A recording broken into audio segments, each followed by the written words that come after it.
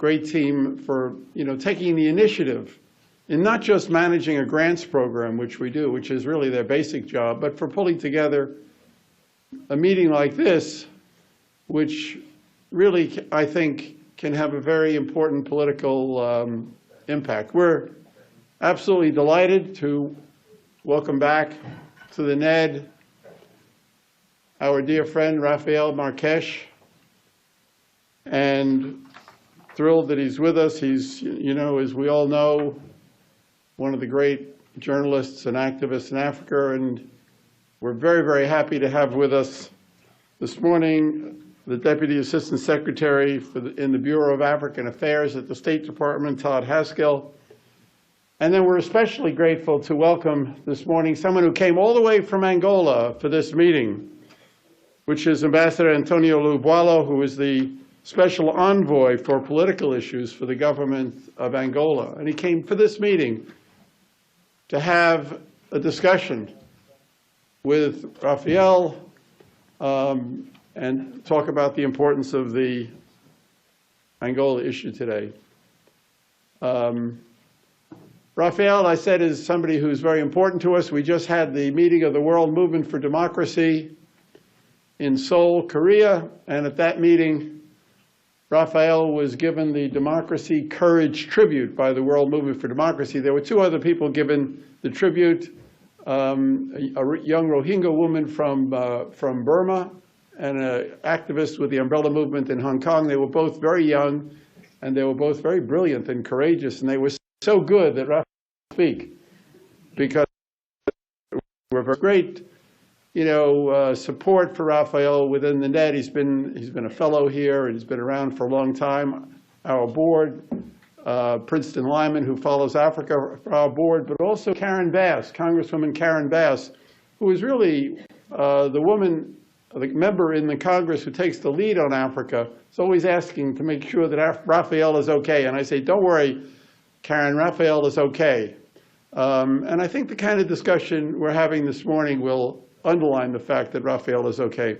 As we were coming in, the Ambassador Luvualu picked up our annual report, and he's going to read it, which is great. But I want to read something from it by way of introducing the meeting this morning. I'm supposed to write an annual president's message for the annual report. So I want to read something in this current report that I wrote at the end. I was talking, and this was written at the end of 2014, and I was reviewing the problems that democracy has in the world, but I said that one of the bright spots in the world is the activism, the continuing activism, despite the retreat of democracy and the relative weakness in the West, given what we call at the NED, the resurgent authoritarians, the activism of civil society. And I just want to read what I wrote here. I said, such movements, the civil society movements, and I had mentioned a few of them, will be heard from in the years ahead, since they consist of activists who represent a new force in international politics, realistic in their goals and strategies, tech-savvy and informed, and committed to staying the course in the fight for human rights, freedom of expression, and the rule of law. One of them is Rafael Marques de Moraes, an Angolan journalist who has been threatened and tortured and has been on trial for reporting on official corruption and trafficking in blood diamonds, and he wrote a book on that. Speaking in memory of some of his slain colleagues, and he was giving this speech, it was the Carlos Cardoso Memorial Lecture at the University of Witwatersrand in Johannesburg, South Africa.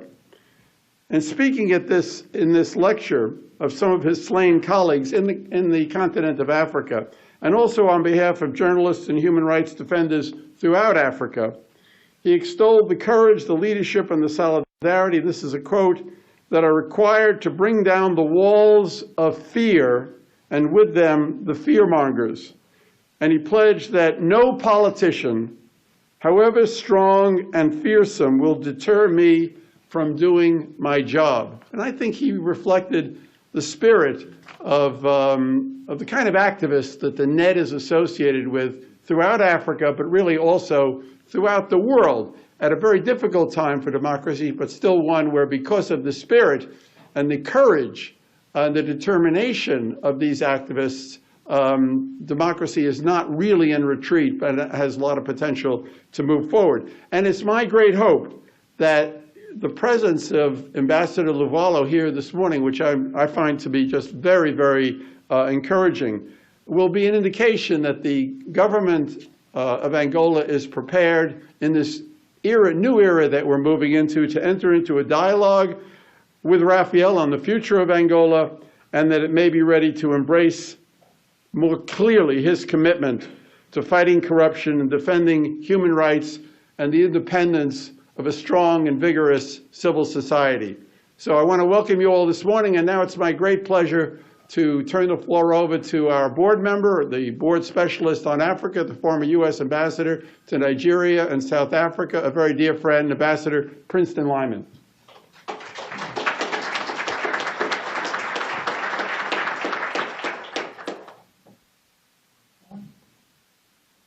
It's on.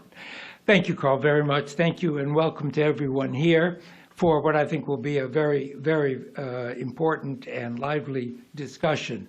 I would just add to Carl's introduction, and we were talking about this as we came prepared to come into the room, the importance of Angola. Angola as a country in Southern Africa and a country in Central Africa. I recall that when Senator Russ Feingold, who was then the special envoy for the Great Lakes, in his farewell speech when he stepped down from that position, cited Angola's important role chairing the regional group on bringing peace to the DRC. As we all know, Angola has had a very difficult history since independence, a long civil war, millions of landmines still in the ground, preventing some of the development of its agricultural potential, its infrastructure, and also struggling now, I think, with issues of democracy and transparency, which we will be discussing here today. You've heard Carl talk about Rafael Marques, a very well-known journalist. He is the director of a program in Angola, Maca Angola, which is an anti-corruption watchdog. And as Carl mentioned, he's written extensively, spoken out extensively, sometimes suffered for that, but is a highly respected and popular journalist. I'm very pleased that we have Ambassador Antônio Luvualu here. He is a scholar diplomat, best kind. He is now the ambassador at large for political matters in the office of the President of Angola. He's written a number of books on Angola's role in international relations and peacekeeping and other matters. He is in charge of outreach on Angola's image in the world. We're delighted to have you with us, Ambassador Luvualu. That will be very helpful. And then Todd Haskell, Deputy Assistant Secretary of State in the Bureau of African Affairs. Mr. Haskell has two responsibilities. He is responsible for our policies in Southern Africa, but he also carries the responsibility generally for public diplomacy in Africa, and therefore oversees efforts at political and public outreach in all the countries of sub-Saharan Africa. He has been in the Dominican Republic. He has served in South Africa. He served in Burkina Faso. So he brings a very important perspective. We'll ask the speakers to speak for about 7 to 10 minutes each, and then we'll have a bit of a conversation here, and then we'll throw it open for questions. I've asked Rafael Marques to start, and so Rafael, it's over to you. Thank you. Thank you, Carl, for the kind introduction. Thank you, Ambassador Lyman, for moderating this debate. Good morning, fellow panelists. Ladies and gentlemen, it is great for me to be back at NED. And every year since 2011, I come back here and I feel so welcomed and at home that I would like to have another fellowship here. My presentation focuses on transparency and human rights to make best use of the time available. Last Friday, the General Assembly of the United Nations adopted a resolution paving the way for Angola to be promoted from a low to middle income country by 2020. This resolution is a cause for celebration by the government, for it is an international endorsement of its stewardship of the country. From 2003 to 2013, the country's oil revenues reached over $450 billion, according to the Angolan economic estimates, and for a decade, the country ranked among the 10 fastest growing economies in the world. Meanwhile, the timing of the UN resolution seems to be a twist of irony for ordinary Angolan citizens when the bust of the oil-fueled economic boom is all too evident on the supermarket's shelves, and poverty is on the rise. Food shortages are becoming severe in parts of the country, while in the capital, retailers which are imposing rationing of certain products. The informal exchange rate of the dollar, which sets the pace of the real economy, is five times higher than last year, while the official exchange rate has increased by 60%. Another flag for the general public is the unprecedented downsizing of the private sector employees and the collapse of many private sector companies. Severe bank rationing of withdrawals to address the shortages of cash and the crash of the real estate market are other signs for the general population that the country is in serious trouble. What the government did with all the money from the oil revenues remains a central question. A rapid calculation of the price tags of non-national reconstruction projects do not amount to more than 10% of the $450 billion.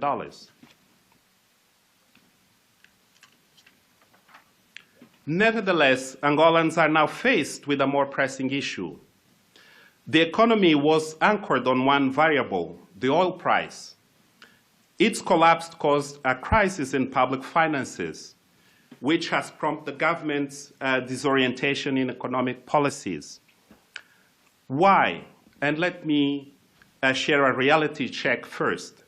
The state accounts for 2013 revealed that the Treasury collected dividends equivalent to $954,000 for all the direct shares owned by the state in a total of 37 public and private companies, apart from the national oil company Sonangol. According to the account, such profits came only from its shares in 3 breweries. Investments in banks, real estate, transport, and other important sectors yielded no returns.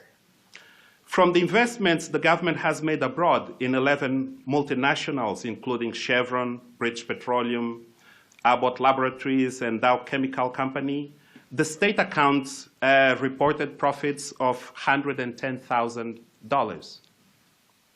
These examples provide an indication that the government has been gambling on its luck. It cannot claim either that it made good investments with the oil money. Even the Sovereign Wealth Fund, a family affair.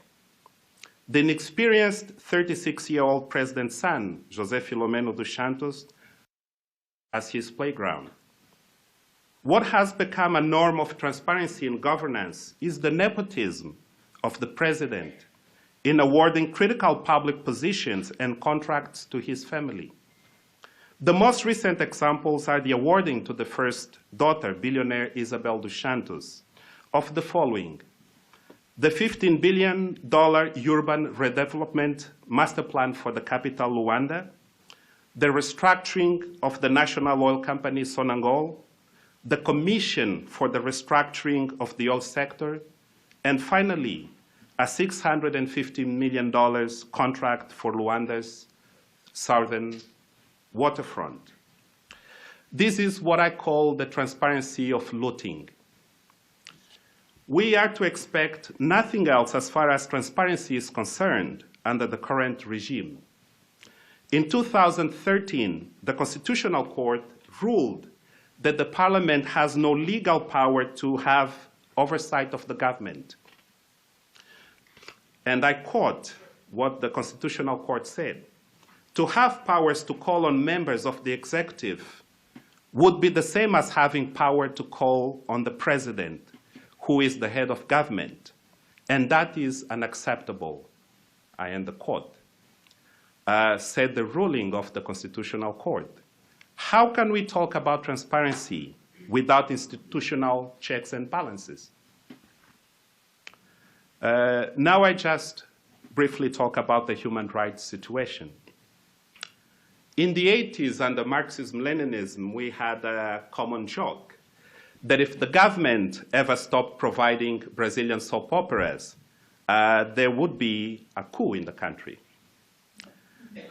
The combination of repression with the politics of venality worked very well for the government and for the entertainment of the urban and peri-urban population. Nowadays, the venality of the leaders who keep looting the country without mercy has become a danger to themselves. The population does not find their venality amusing as it did with the Brazilian soap operas. Therefore, the regime has been undertaking preemptive measures to ensure its impunity. The worn-out strategy is to come up with conspiracy theories of acts of rebellion and coup plots.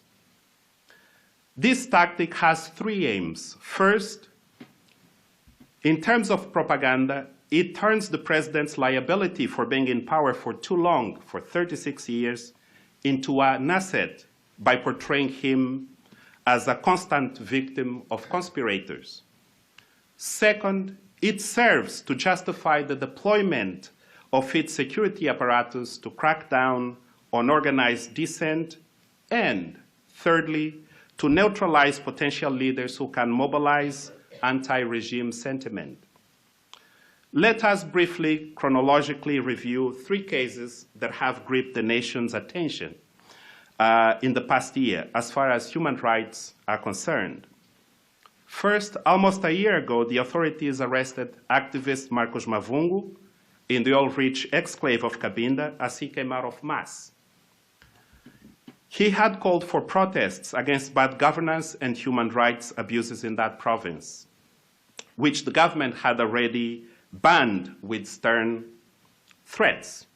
He's now serving a 6-year prison sentence in the local penitentiary, convicted of plotting a one-man rebellion against the democratically elected regime of President dos Santos. More than half of Angola's oil output is pumped from Cabinda. It also seemed to be ironic that this was the first province to experience panic as the population rushed to shops to stock up as food shortages and other basic consumer goods became acute. Cabinda's paradoxical situation is also an indictment of the corporate social responsibility of oil multinationals, which joined forces with the Angolan regime to maximize the extraction of the resources and cover up the abandonment of the government's main premise, which is to serve the country and its people. Second, there was the massacre of the followers of the Light of the World sect on April 16, 2015, by police and military forces. The government claimed that members of the sect killed 9 police officers who attempted to arrest their leader in Mount Sumi in the central highland province of Huambo. According to the Deputy General Commander of the National Police, Commissar Paulo de Almeida, in reaction, the police killed 13 snipers, whom I caught belonged to Calupeteca's guard, whose object was to neutralize and destabilize the operation to arrest him. I end the quote. Calupeteca's trial is still ongoing, and so far the government has not been able to show evidence in court implicating those it killed. Nevertheless, even Calupeteca's 8 grandchildren, aged 1 to 7, had been arrested along with their parents, including sons João and Julino Tito, as well as their spouses. On May 10, so almost a month after the incidents. And I quote the Sun's statement: "They, the police and the security forces, mistreated us and kept calling us members of Boko Haram. They had not been at the scene, and their crime was simply their kinship to Kalupeteka. His brother and some cousins were also booked as terrorists." Days ago, I had a long conversation with João Kalupeteka, firstborn of the sect leader, who told me how, after the massacre, the police in Mount Sumi went on arresting and punishing any individual wearing rubber boots and jackets, a common sort of dress code among local peasants. And anyone wearing those boots and jackets were deemed. Yeah. Just 1 minute and I will. Finally, there's the case of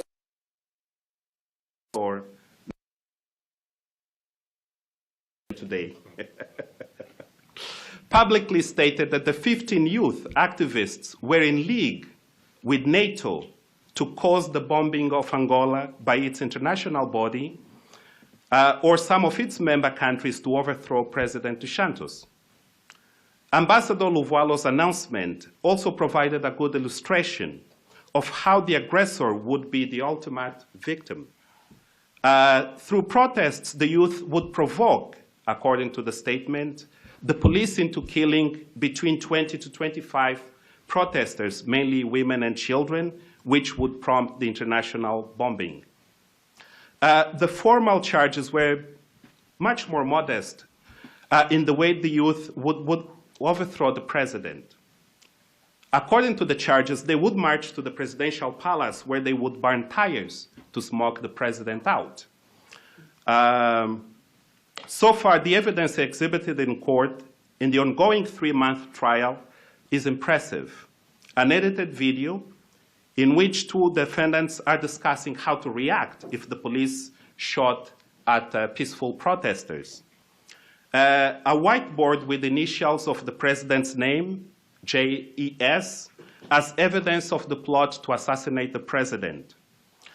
Here, the authorities' double-faced discourse is very clear. Wild conspiracies are simply for propaganda consumption. Ridiculous charges are for the courts to justify the imprisonment of the activists. No need for coherence. And I conclude my presentation. In light of this brief narrative, there are 3 possibilities that might define the course of Angola within a short period.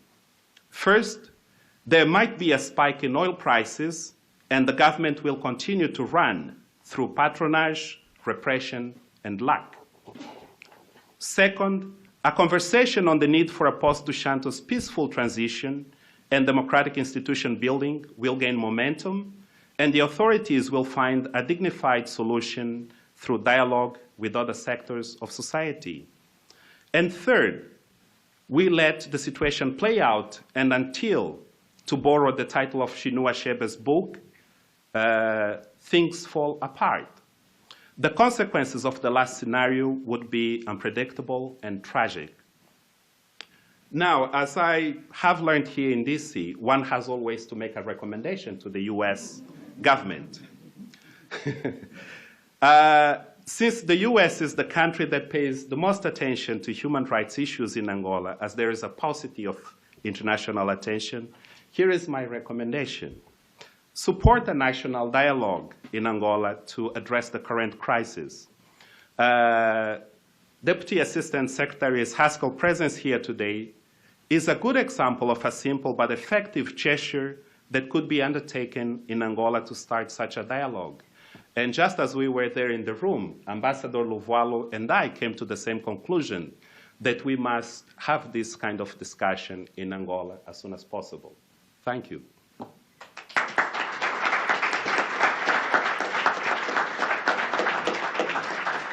Thank you very much. And now, Ambassador Luvualu, please. Thank you.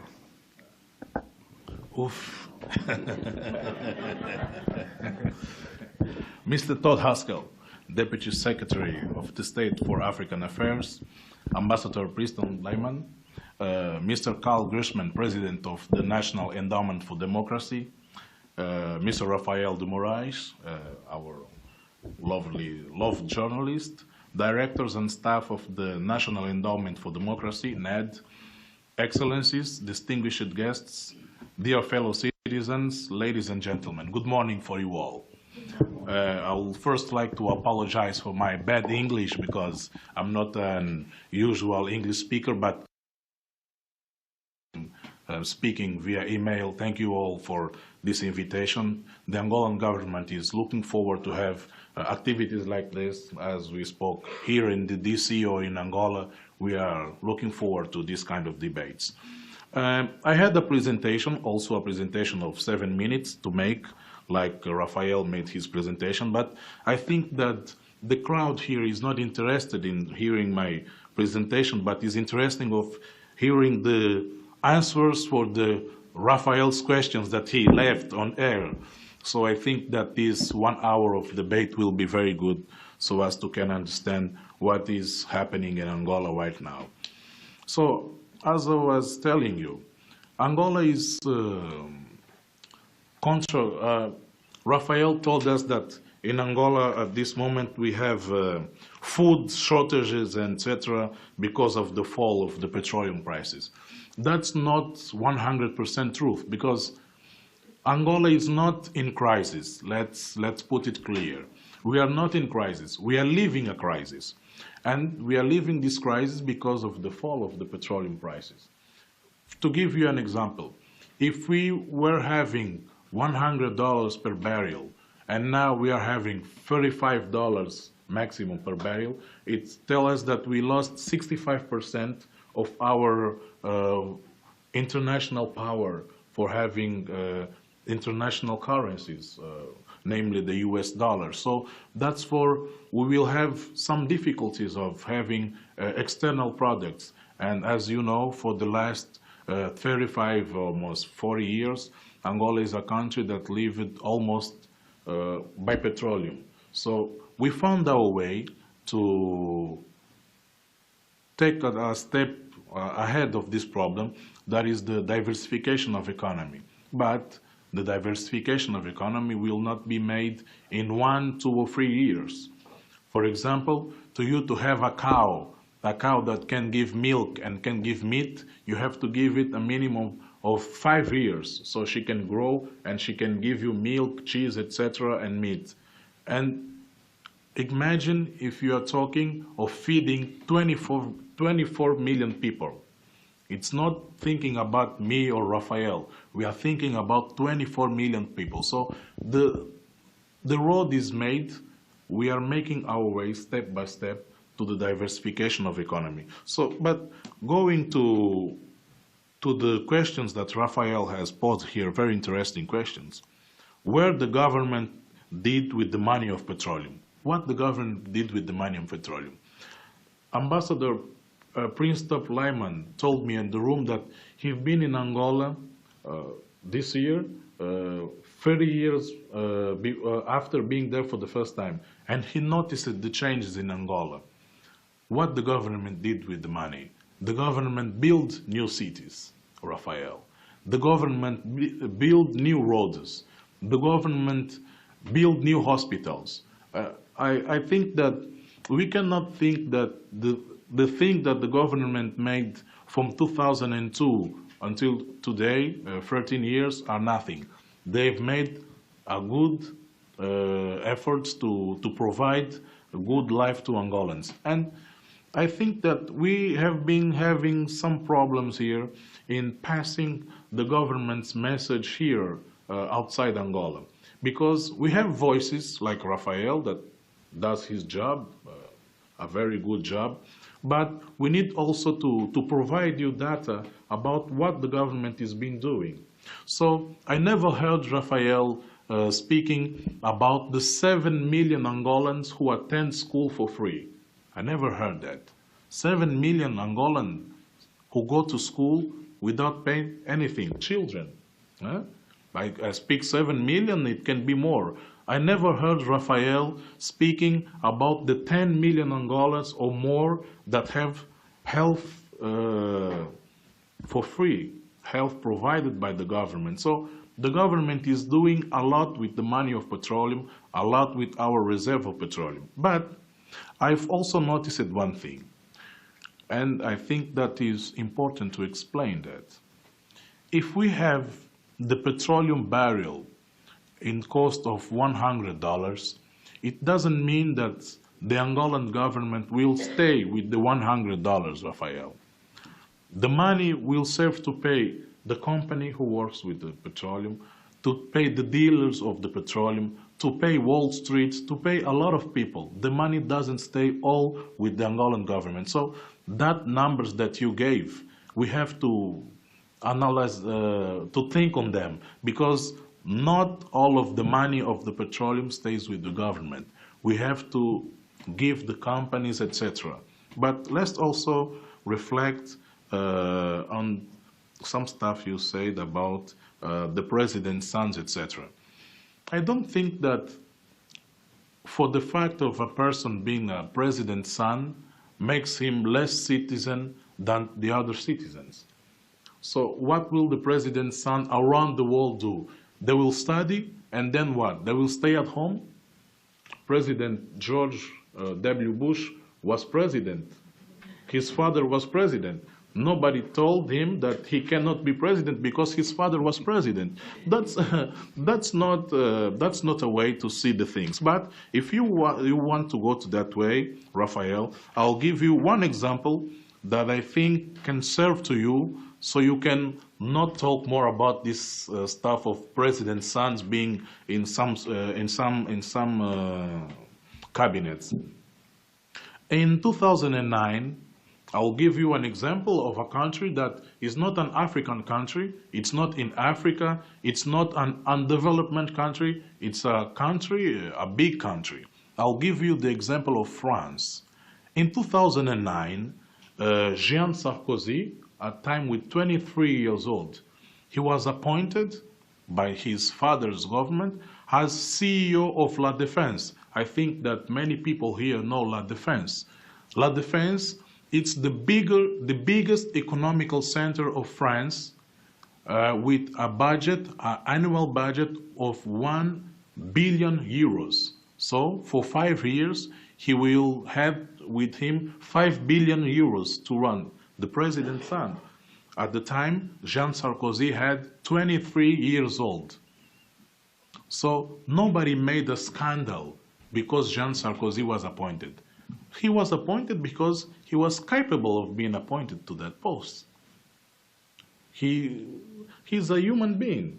If he has capabilities to take that post, why we will not give them the chance to show their work, the chance to show why they've studied for, just because they are president's son? But it's not the only example. I can give you more, Rafael. Here in the United States of America, people work, people have made their lives besides being families of presidents or brothers or sisters, etc. You had the 64th General Prosecutor of the United States, Robert Francis Bobby Kennedy. He was brother of President Kennedy. Nobody made a scandal of it here in America. He was brother of president. He has capabilities of being the general attorney. Why not? So I don't see senses of things that happen in Europe, here in America, cannot happen in Africa, just not in Angola, in other countries. Because if people have capability, let them do their job. My time is ending. I think we will have time to speak with the crowd. Also about the fiscalization of the national budget. That's not that's not an absolute truth, Rafael, that the National Assembly cannot make a fiscalization on the national budget. It's not true, because every year we see... I did not say about the budget. Call on the government to oversight of the government. But if every week you have ministers going to the parliament to give satisfaction about how they They run the country.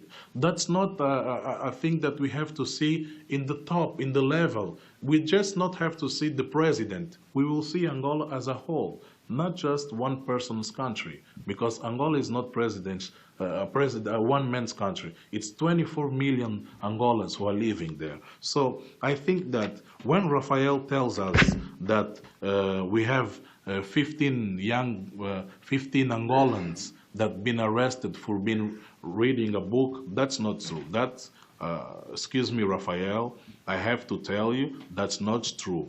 These Angolans were arrested after our security services made a series of work, and they conclude that the plans that these Angolans were having will make, how can I tell it in English, the preparatory acts to a massive sublevation.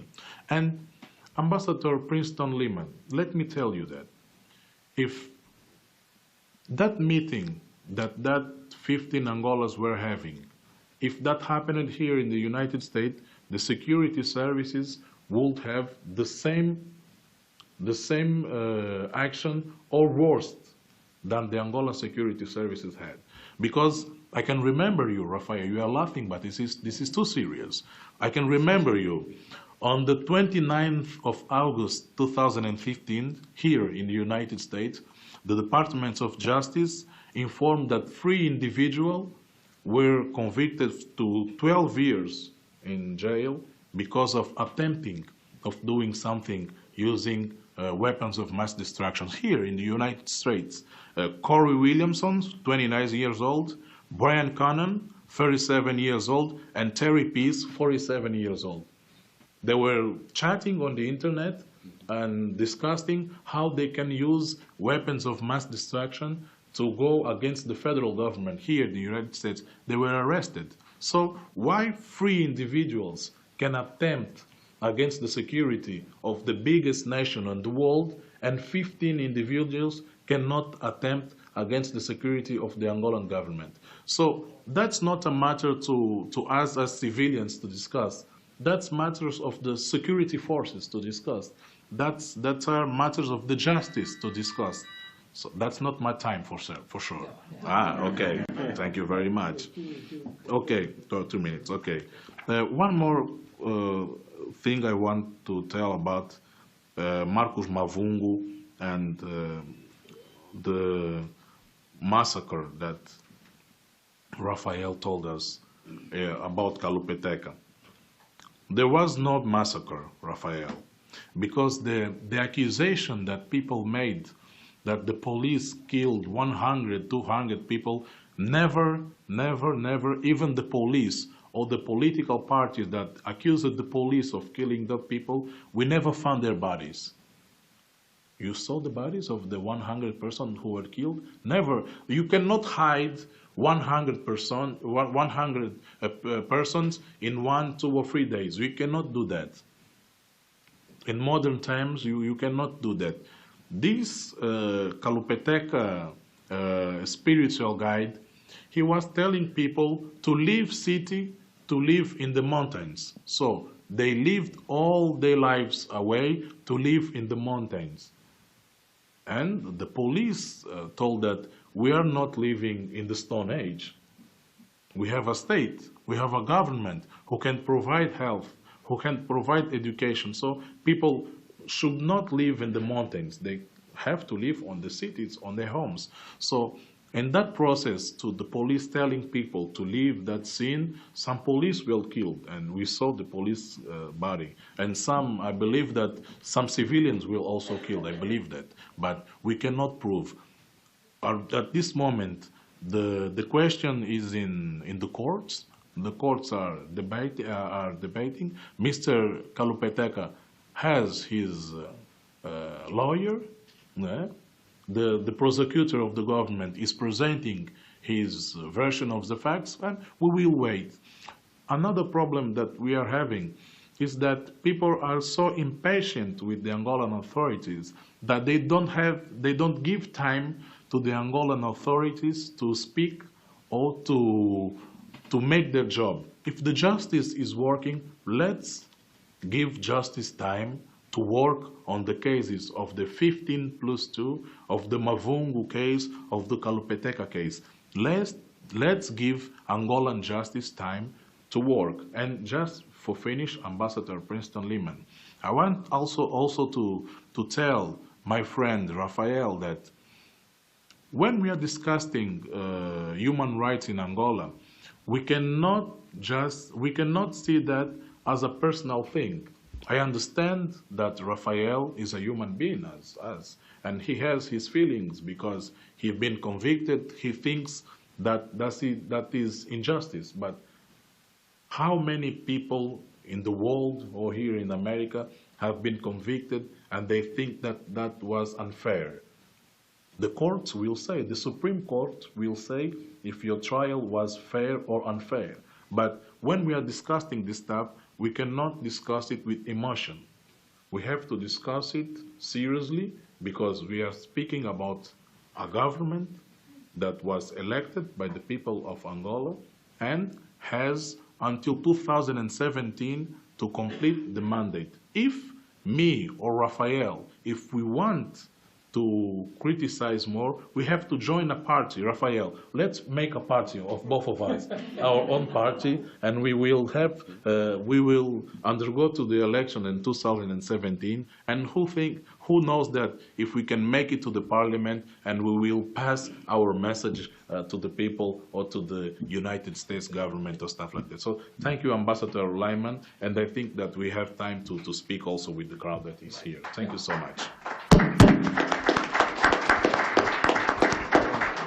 Ambassador Princeton Lehman, just 1 minute, please. Sorry. Our ambassador didn't came because of this postponement.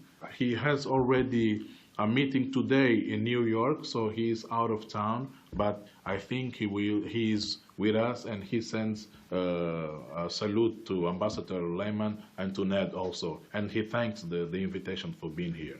No, thank you. And we know he was tied up, but we're very happy to have you there. We have two things developing to carry this same debate to Luanda and to see a new party formed. Let me turn to Todd Haskell and get your perspective and that of the U.S. government. Thanks, Todd. Great. Thank you, Ambassador Lyman, and thank you, Ambassador Luvualu and Senora Marques and distinguished guests. I particularly want to thank the National Endowment for Democracy for hosting this. You know, I woke up on Tuesday morning very excited to come down here and speak, and of course we had the snow and the rain, so I really appreciate that we found a new time to do it, and obviously we have a great turnout, and I also really appreciate the commitment to do this again sometime in Angola. There's many advantages to doing this in Angola, not least that you probably won't have to worry about snow on that one, so we can look forward to that. Last November, I had the honor to represent the United States in Angola's 40th anniversary of independence celebration here in Washington. This is an extremely important relationship for us. I was talking about this earlier. Angola is only one of only 3 partners that we have on the continent, the other 2 being Nigeria and South Africa, with which we have a strategic partnership framework agreement. So in 2014, we had the first high-level strategic dialogue with the Angolan government.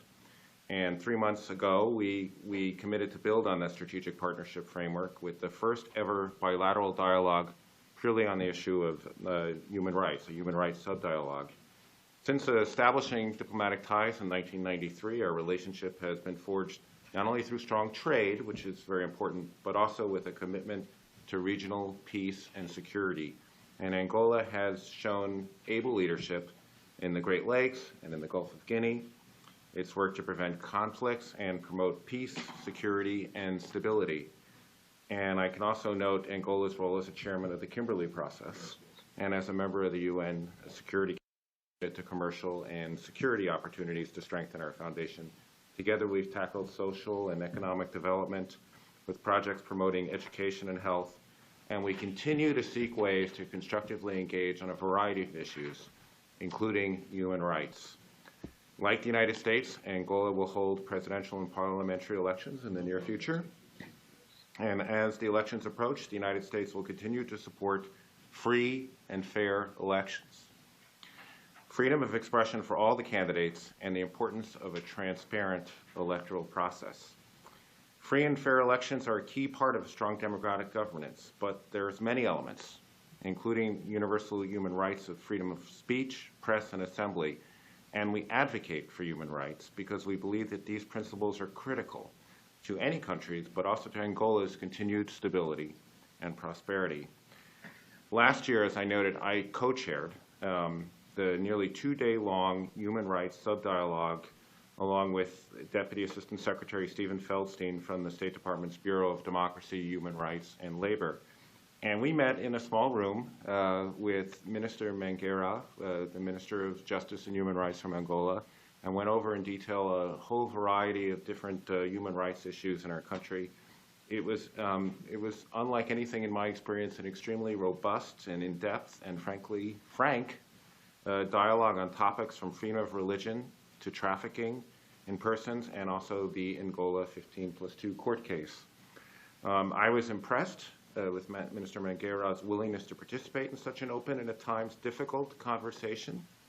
It's a level of engagement that I think is critical in seeing progress. And frankly, I will say again today, I'm impressed by the willingness of the Angolan government to send a representative to participate in this forum. I think it's extremely important that there be a dialogue on these issues.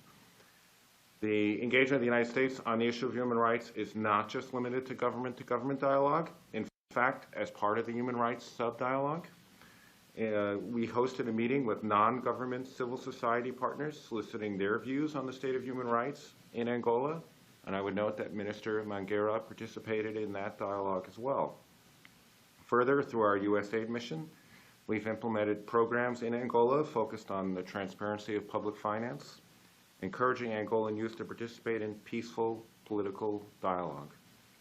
Just last week in Angola, in Luanda rather, with support from our embassy, a local organization supported by a small grant conducted training for local NGOs there on best practices in public communication. And today, over 20 journalists will participate in a virtual training hosted at our embassy in Luanda in collaboration with the largest journalist union in Luanda. We're inviting teachers and entrepreneurs and government officials and scientists and other Angolans to participate in exchange programs where they come to the United States to share their ideas and to learn new techniques and practices. And we're collaborating with Angolan organizations and institutions to strengthen English language training and promote an understanding of American culture and values. And we actively seek out young Angolan leaders through many exchange programs, including the Mandela Washington Fellowship as part of President Obama's Young African Leadership Initiative. It's this generation that the future of Angola rests, and those folks will be the ones who are determining its future. But while much progress has been made over the past 40 years, the only true guarantee of lasting success will promote democratic principles. In the 40 years since independence, Angola has experienced many challenges. There's a multi-decade-long civil war and several economic downturns. And these experiences, we believe, have shaped how Angola faces present challenges. And obviously the current oil price is having a dramatic effect on the country. The government has addressed the fiscal challenges by working to close the budget gap and to close subsidies. Neither of these are easy tasks, and continued efforts on diversification and strengthening existing institutions can only help Angola weather these challenges. But in addition to establishing strong democratic institutions, Angola's progress will depend on unleashing economic growth, and that requires trade and investment. Both foreign and Angolan investors require an open business climate that fosters innovation and startups and simplifies transactions. And there has to be transparency in the financial sector and a commitment to strong institutions to promote success across all sectors. I acknowledge the commitment of the Angolan government in regards to freedom of press. A free press is a critical component of any vibrant democracy, and in that light, we're concerned about instances of curtailment of freedom of the press in Angola, specifically reports that journalists, and we have examples of this right here in this room, are at times imprisoned and intimidated for doing their jobs, and are repressed and influenced in more subtle ways. We're also concerned that Angola's defamation laws can be and at times are used to prevent open dialogue in Angola, including dialogue on governance and political issues. Social media is a critical platform. It's growing more important every day for facilitating open discussions everywhere. And the Angola government's recent consideration of plans to limit free speech on social media are worrisome and are of concern to us. The Angolan legal system formally protests the right to freedom of assembly and association. And as President Dos Santos said during Angola's National Day, democratic principles remain the best path for all countries in the world, and freedom of assembly and association are bedrock democratic principles. We couldn't have said that better ourselves, and we think it's important that those principles are carried forward. Given the Angolan government's public commitment to these fundamental freedoms, it's imperative that Angolan citizens be granted the rights to participate in civil disobedience in a meaningful and constructive way.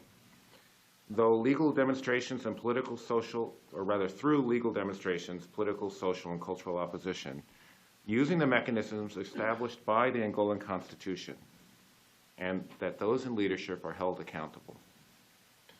There's a role for all of us in working towards democracy, peace, and prosperity for Angola. I note President Obama has said that Africa is on the move. Clearly, Angola is on the move as well. Positive change has been seen over the past 40 years. And now's the time to focus on what we can do together to keep the momentum going in a direction that promotes the very democratic principles that I just quoted President Dos Santos having said. I look towards a stronger collaboration between our two countries, government to government, but also with civil society and with the free press. In the long course of history, our two countries are still young. And I hope that we continue to build bridges of friendship as we move forward. We applaud the progress that Angola has made and the bright future for the country. But we urge a continued focus on putting the democratic principles and human rights, freedom of expression, and transparency to overcome the present challenges. Thank you very much.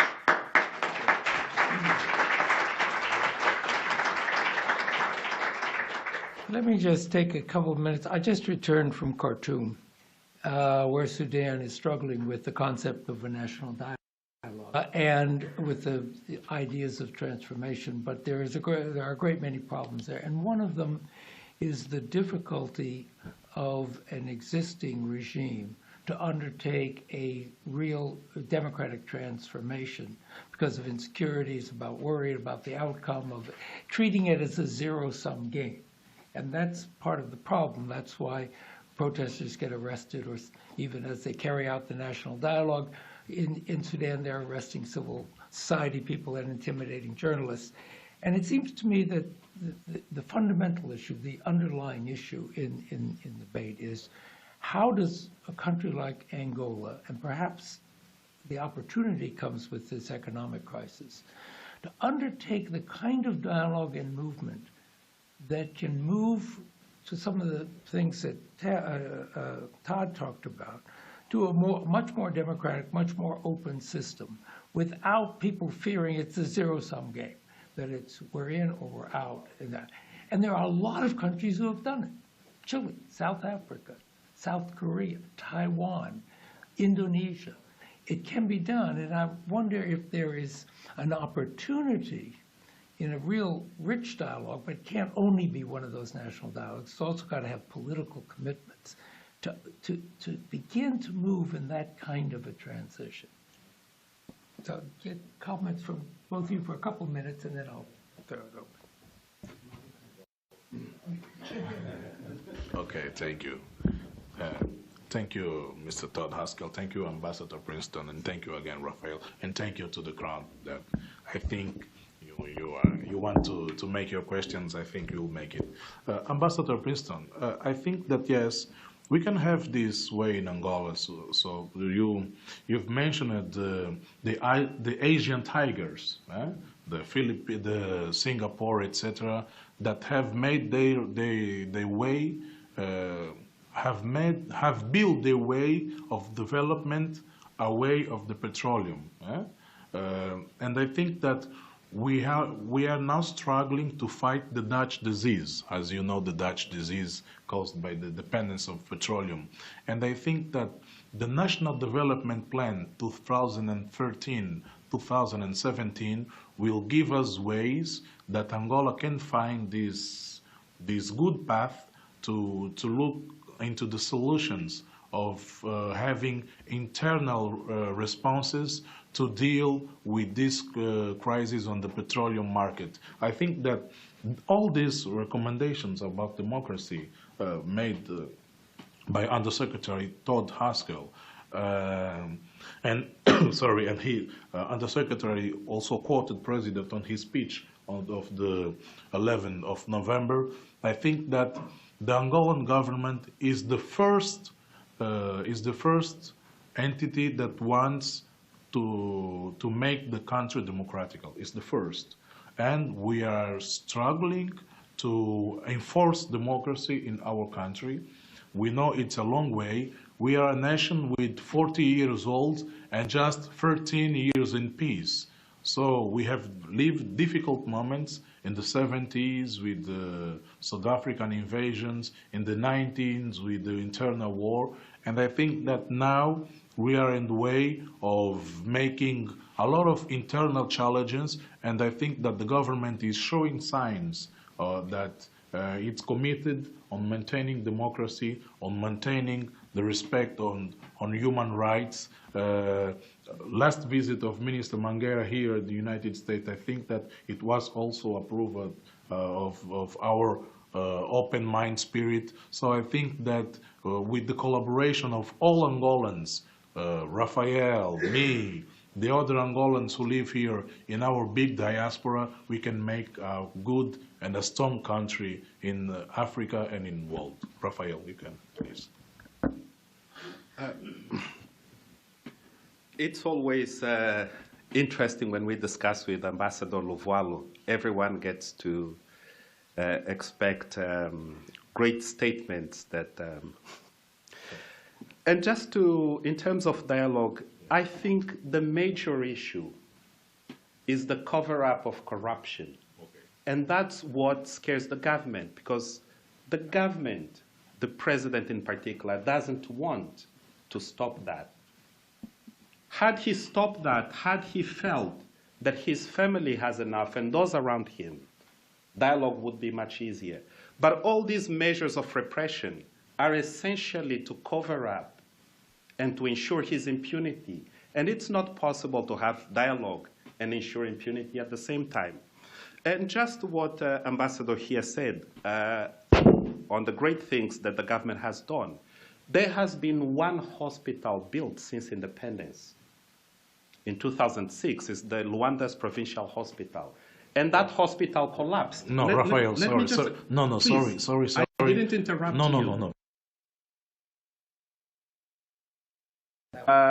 One hospital which collapsed because it was badly built, the Luanda Provincial Hospital by the Chinese. And we get to the other question. There is a conversation since the 80s, and it's always in the government speeches, the diversification of the economy. And one of the ways to do that is through agriculture. We have now a situation, and I have been documenting that, and it's very well known in Angola, that most of the arable land is being given, awarded to senior members of the government who also go and collect huge loans from state banks and others and don't do anything with it. The most recent case I raised was the president's son-in-law taking 76 square kilometers of land, and a governor who took 300 square kilometers of land in just one province. There will be no diversification of the economy with the centralization of the economy by leading members of the government who are at the same time public officials and are the top business people in the country. They do not open the market because of that, because it's easier for them to engage in self-dealing. Their ministers, their business people, they deal with themselves all the time. And that's what is shocking the economy. As for the food shortages, there are pictures everywhere in the social media of announcements made on supermarket on stores of lack of milk, lack of this. And I personally live in Angola, and I go shopping and I see what is missing in the supermarkets. So just to say, and again also the issue of having 7 million Angolans attending school for free. The education system is free in Angola. The health system is free. What is the quality that is provided to the children? What is the quality of the health system? That is a problem. And I tell you, I live next to the pediatric hospital, and it's the only one we have in Angola. In the city, I'm talking about hospital. You have pediatric units. You have pediatric units, you know. But in Angola, pediatric hospital, you have one. In Luanda, I'm sorry. Rafael, So- I want to open it up in a minute. Let's open up the discussion. But and again, just to finalize a point here, when you speak about the president's children also having the same right, what you have here is also laws that should be followed and processes of transparent tender. And I've clearly mentioned the tenders that have been awarded to the president's daughter. On what capacity is she the expert on oil to restructure the oil sector? On what capacity is she the expert to redevelop Luanda City? On what capacity is she an expert to basically gobble up all the major contracts that are available by the government? Is she the only one who went abroad to study? I don't think so. I'm going to open it up, and you'll have a chance, I'm sure, in the questions, and you've all been very patient. I'm going to take 3 questions at a time, so we get as many people. Please make your questions and not more than that. Yeah, start with the Ambassador, please, just before opening, and I thank you for your patience. Just 1 minute to tell this. Rafael, it's what I've been told since the beginning of this interesting meeting. This that we are having here today is the example of what we had for the past 30 years. It's people coming here abroad and telling big lies, like this one that Rafael is telling here. Big lies. Rafael told us that since 1975 in Angola was just built 1 hospital. That's a a national-wide lie. That's a lie of the size of the United States of America. That's a very big lie. Just tell me which hospitals were built. I will tell you. In Zaire, we have built a new big hospital. Zaire, Província do Zaire, Município do Soio. You can Google it. We have built a big hospital in province of Mochico, Província do Mochico, Cidade do Luena, city capital. We have built a big hospital. We have built a big hospital in Cabinda, built by Chevron. Chevron, the oil company here from the United States of America, has built a big blue hospital. I've been there, a big blue. You can Google it now since you are making your questions. We have built. The government No, yes, no. You told here that in Angola we have just built 1 hospital since 1975. Wait, Rafael, I didn't interrupt you. Ambassador, I do want to open it up. Yes. I think you're Thank you. So, and the only pediatric hospital is in Luanda, in all country. It's a big lie, Rafael. My mother worked in the pediatric hospital Pioneiro Zeca, na cidade do Lubango. It's a big pediatric hospital. In Luanda, you have other pediatric hospital. And you have hospitals. Sorry, you in have Luanda we have 1, and we Rafael, have the maternity Augusto. Rafael, I didn't interrupt you. All right. And we have. I think the point- Just 30 seconds. The president's daughter, Rafael, is always taking things personally. You cannot take these things personally because we are speaking about a country. You told that the president's daughter, she is not economist.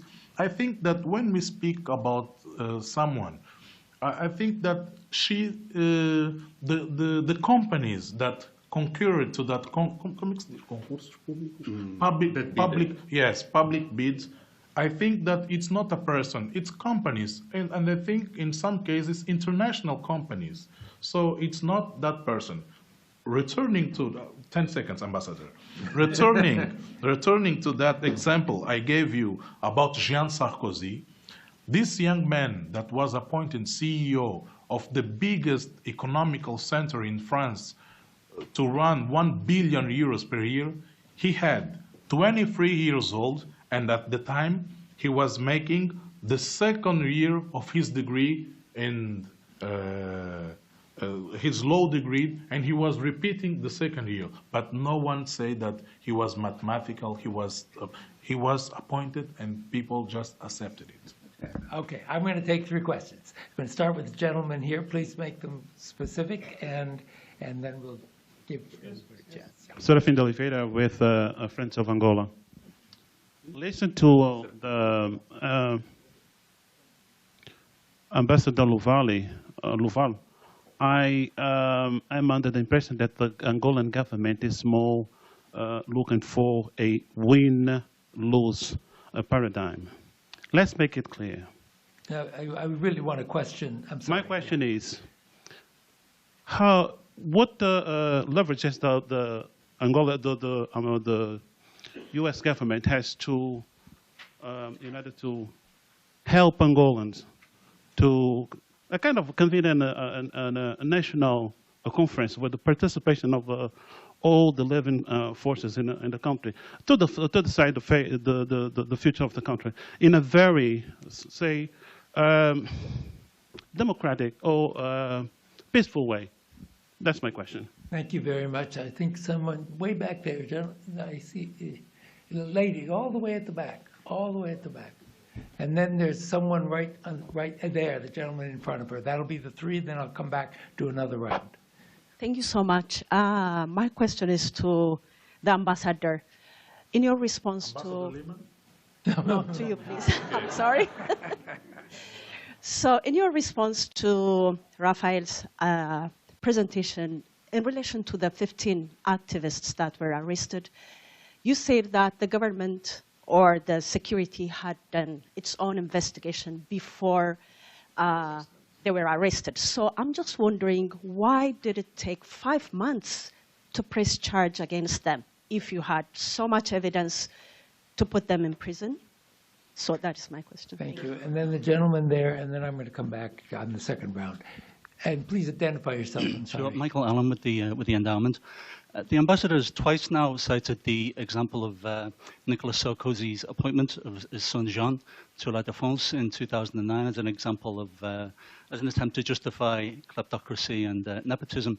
However, what you didn't say is that the appointment was revoked after a media clamour by an independent press, by the opposition, and also by threats of court proceedings. So in fact, he was forced to withdraw his nomination and he never took up that post. So in fact, what your example emphasizes is the importance of precisely the independent press and the division of powers, separation of powers that Rafa so eloquently demanded. Okay, thank you. And so I think, Todd, one of the questions was for you, and then a question for the ambassador, and then I'm going to open it up for another round. Okay. You asked about the U.S. role. I think the U.S. Across the continent has promoted the development of democratic institutions and respect for freedom of the press, freedom of assembly. President Obama has been very clear about this. The phrase that one hears him quoted all the time is the need for strong institutions, not strong men. So we are looking towards a time. I'll be honest, with that very thought in mind and the efforts that we do make to promote dialogue, I'm a little bit hesitant to talk for too long here because I think we're having a pretty good dialogue going on. I think Ambassador Lehman said it reminded him of a Republican debate at this point, but so we'll... with that, I'll close, except to say I think we need more discussions like this. We need them taken more broadly. And I welcome the conversation you guys had before the meeting about taking this conversation to Angola itself. Okay. Thanks. Ambassador, you want to answer the question? Yes, the 2 questions. Yes, thank you. To the young lady in the back, she told if the security, the security forces that have made the detention or the arrestment, why they took 5 months to arrest if they had proofs, huh? Right, to press charges, yes. Because, as you know, a kind of presentation of the candidates, the Republic candidates, they were speaking to a journalist, 3 or 4 of them. And one told about this case that is happening between CIA and Apple because of some unlock some cell phone or some stuff like that. And I remember him telling that when we are dealing with security measures, we have to be very prudent. We have to be very prudent. So I think that when these 15 elements were arrested, the judicial system of Angola gives time so that they can be arrested and then can be presented charges. And Rafael, you know that. That's not a lie. You know that. The judicial system, the Angolan laws give us this time. And I like to make some parallels. These 3 individuals that were arrested here in the United States, they were arrested on the 15th of February 2014, and the charges were just presented on the 29th of August. So they've been, this is security system, so this is parallel in the world. Mr. who asked from NED asked about, told about Sarkozy's son resigned after the press made some pressure. Yes, he resigned, but he was appointed. The question is not if he is appointed or he resigned. He was appointed, he assumed the job. About the question of the free press, we in Angola, we have a free press. We have a free press, and Rafael knows it. And the question is, in Angola, we don't have a professional press because almost of the newspaper, we have 15 newspapers all weeks in Angola. 15, 10 plus 5 weekly newspapers. But the problem is that this newspaper, they are not professionalized. So they write to attack you, then to write generally. So we have to make our press more professionalizing, and the free expression in Angola is guaranteed. I can assure you that. Let me take another round. Oh, sure, Rafael, Yeah. quick. Yeah. Just to go back on the 15, on the evidence presented. Yes, it's okay. Okay. I have to say that one of these evidence collected by the state security is that there was a government in waiting to take over. And my name is on that list, which was a discussion on Facebook that had nothing to do with the youth. And days ago, I was summoned, I was already out of the country, to go and testify in court through a TV advertisement, not through the normal legal channels and an editorial in the state newspaper. That is the evidence the state security had on the 15th. A government which they didn't draft. It was a list discussed on the internet among individuals, some lawyer who had his followers given names of who would be ideal for the government. That list was then used as evidence that the youth had even prepared a government. And it is a joke. And in court, the very same individual has already said it was a joke and it was not drafted by the youth. But there is an insistence, and this is the 30 years Mr. Luvualu says. For 30 years, since independence, Angola has had embassies abroad to tell what the government, to give the government's view on what is happening. What there wasn't was a civil society that could also present a different version of what was happening in the country. And that's what the government is struggling with a different opinion. And when you say there is free press in Angola, that is not true.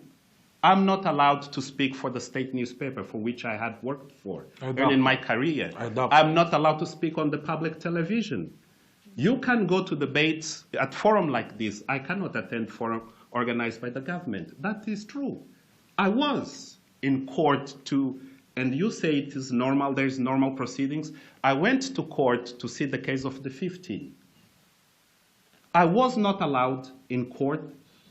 I had to leave, and I left normally. And the next thing there was propaganda on the state television saying that I tried to falsify documents to enter the court and to be in the audience, when the trials are supposed to be free, open to the public.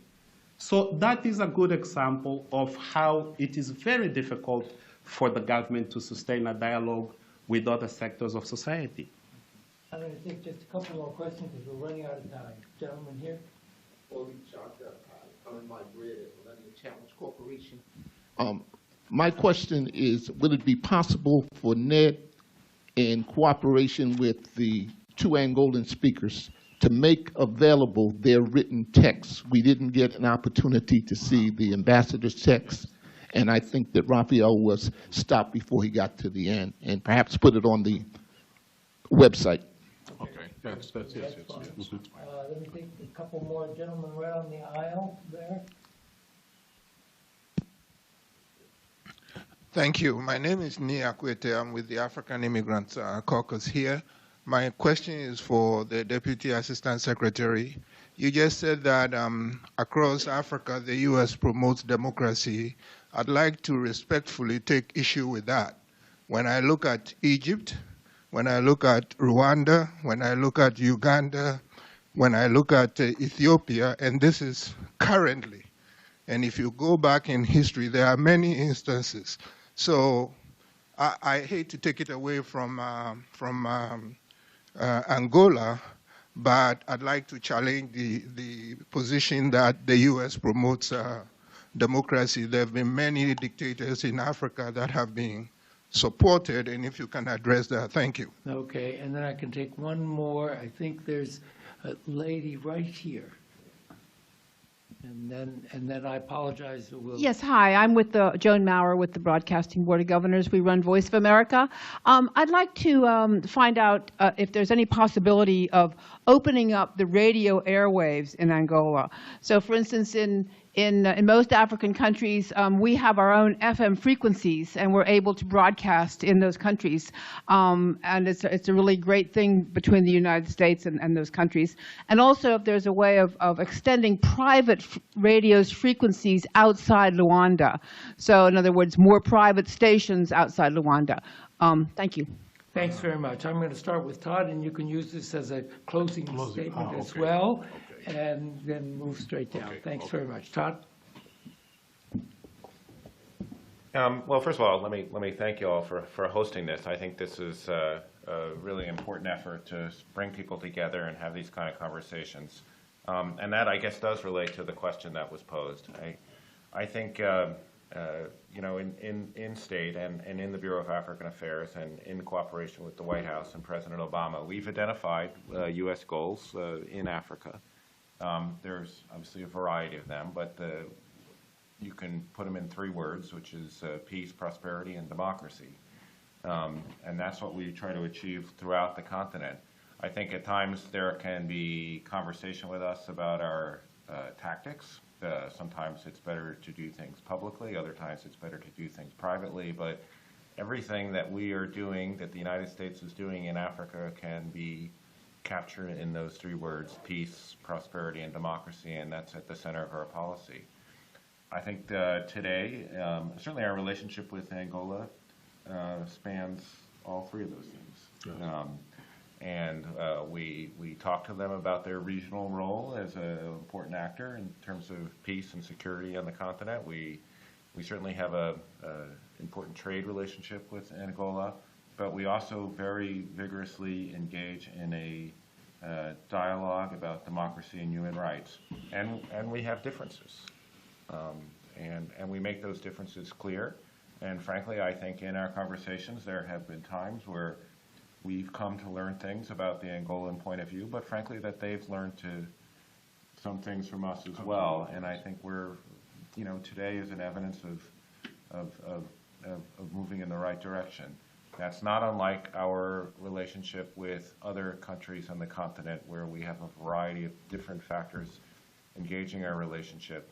But I can assure you, we are engaged in a human rights dialogue with every country on the continent, and we think it's really important. It's, you know, at times I think African leaders are wondering what the heck we're doing, why we care about these things, but for the most part they have come to understand that that's who we are.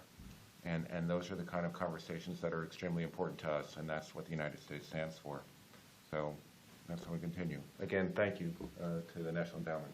Thank you, Todd. Ambassador, please. No, Rafael, since you're at home, you can, I'll finish. To take my lead. But anyway. I would take this opportunity again to speak of the 15, because one of the young activists was finally convicted in a summary trial within the trial last week for contempt of court because he disagreed with the way the judge was treating his father. And that is the only evidence that was presented in court that very publicly that these youth were in league with NATO. And no evidence so far. The trial has been going on since for 3 months now, 4. No evidence has been presented in court that they have been in league with NATO. That was pure propaganda. To clarify that. And the other aspect that is also important just to note as an end is the opening of airwaves. It remains a problem in Angola because to this date the government has not allowed the Catholic radio to extend its signal to the provinces through FM repetitors. And the radios that have received license to operate beyond Luanda are those that belong to the individuals connected to the power structures. And that is a reality. And on the newspapers, yes, there are 15 titles, but if one look at the ownership of those titles, the majority of them belong actually to the system, apart from 2 or 3, which also in Luanda we have 6 million people. These 15 weekly newspapers do not print altogether even 100,000 copies. So they do not reach out the rest of the country. And when we talk about freedom of expression, freedom of press, we must always take into account that it's not just Luanda or a few individuals who speak out that represent. Because when we discuss it in Angola, we will sort this out.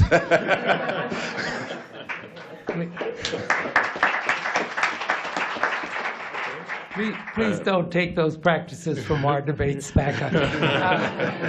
Ambassador, you have the final word. Thank you. Yes.